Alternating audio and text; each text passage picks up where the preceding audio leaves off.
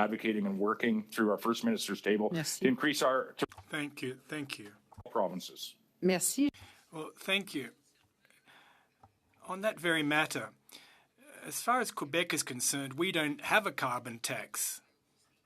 And the impact on the price increases, according to 165 economists across Canada, well, and I don't want to in any way minimize what the residents of Saskatchewan are feeling and experiencing when I say this, but in Quebec, it is the carbon market alongside California, which is the wealthiest state of the United States. In Quebec, the carbon market has put back in the coffers $1.5 billion. The Canadian provinces had the opportunity to join Quebec in that carbon exchange that was not only good for the government coffers, but also for businesses, companies and corporations, because it stimulated innovation in those companies. At the end of the day, why did Saskatchewan make a different choice? And if Saskatchewan wants to get rid of the carbon tax, well, what steps will Saskatchewan take in order to reduce the impacts of climate change and to drive down greenhouse gas emissions?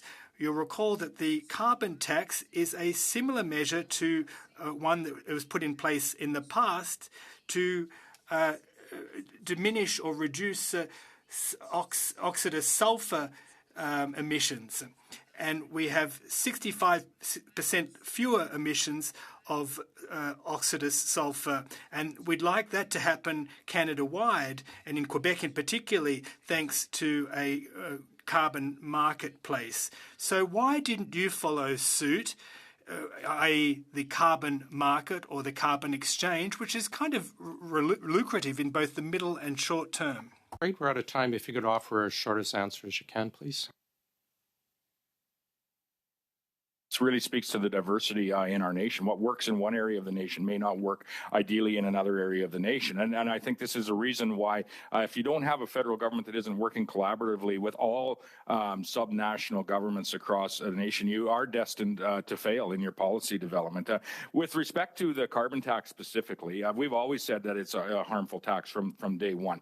And we've always also said outside of Quebec, it's been reasonably fairly imposed, as harmful as it is across the nation. What we've seen more recently with the decisions on that impact heating fuel in Atlantic Canada is that, again, outside of Quebec, and now this tax isn't being applied fairly across the nation or imposed fairly across the nation in any way. And that's why we made the decisions that we did when it comes to home heating fuel for giving the rebating the carbon tax on natural gas and electricity.